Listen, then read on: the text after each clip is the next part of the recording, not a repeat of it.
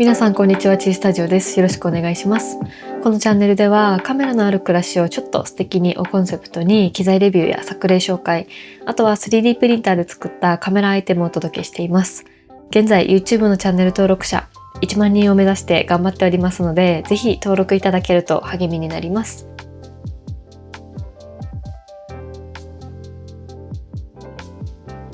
ということで、今回は今撮影で使っているんですけど、ソニーの ZV-E1 と α7C2、そして α6700、この3台のうちどれを選ぶべきかというお話をしたいなと思います。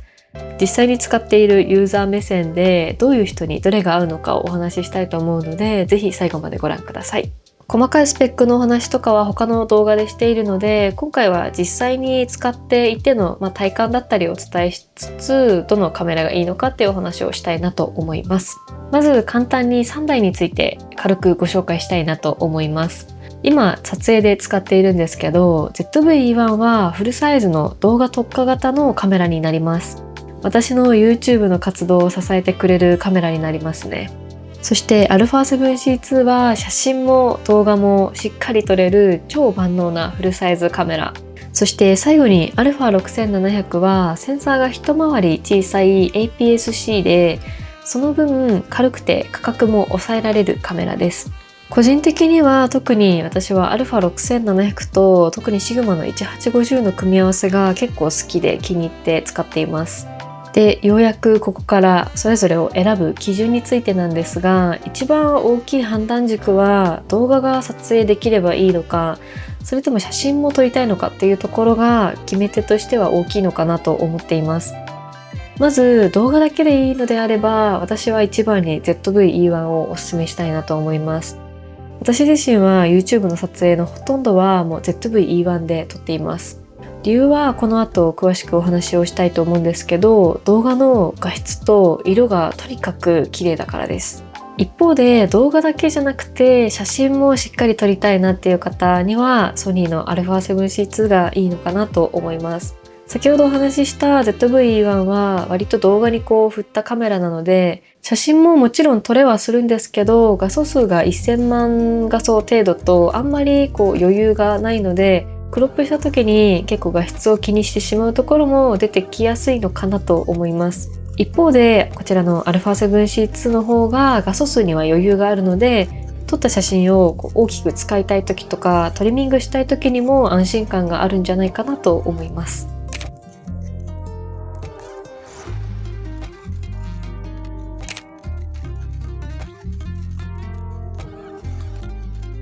そしてもう一つ ZV-E1 と α7C2 の選ぶ判断基準としては 60p での撮影をするかどうかっていうところも結構肝になるところなのかなと思います。動画で 60p で撮影をするとスローでの表現を楽しめるとは思うんですが、例えば ZV-E1 は 4K の 60p でもフルサイズの画角から撮影始められるため、そこにアクティブモードとかダイナミックアクティブモードのクロップが加わります。一方で α7C2 の 4K60p は最初からスーパー 35mm モード約 1.5 倍にクロップされた状態で撮影されるんですよね。なので同じ 24mm のレンズをつけて 4K60p で撮影した場合は ZV-E1 はダイナミックアクティブモードを使用してもだいたい 32-3mm 前後ぐらいの間隔、それに対して α7C2 は APS-C クロップでまず 36mm ぐらいまでクロップされて、そこからさらに手ブレ補正のクロップが加わるのでだいたい 50mm くらいの画角になってるんじゃないかなと思います。そんな感じで 4K60p では α7C2 には最初から約 1.5 倍のクロップがあるので、最終的な画角は ZV-E1 よりもかなり狭くなるなっていう違いがあります。あんまり使わない機能なのでそこまで気にしないっていう方ももちろんたくさんいらっしゃるとは思うんですが、一応そういった違いがありますということもお話ししておきます。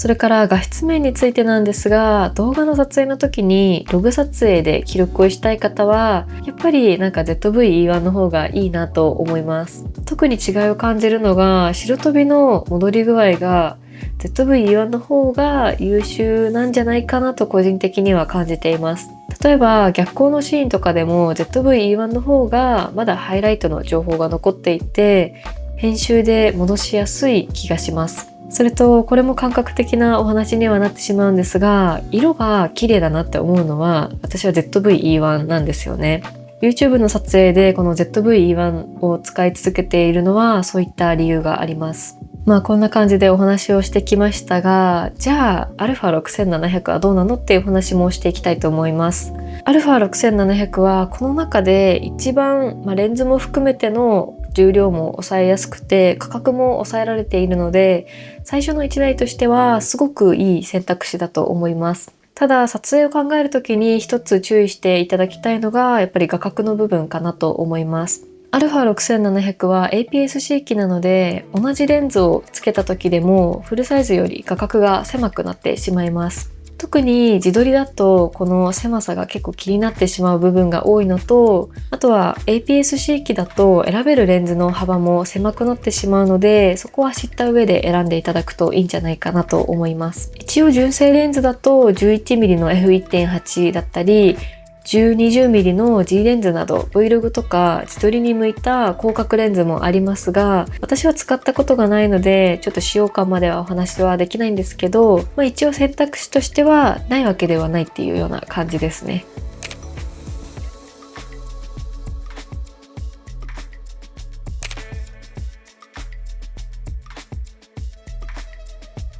続いてちょっとお話はそれるんですけど、私的に動画を始める方、特に Vlog を撮りたい方におすすめしたいなと思うレンズを1本ご紹介しておきたいなと思います。フルサイズの ZV-E1 か、もしくは α7C2 のお話にはなってしまうんですが、ZV-E1 か α7C2 を選ぶ場合に Vlog 用のレンズとして私がおすすめしたいのが、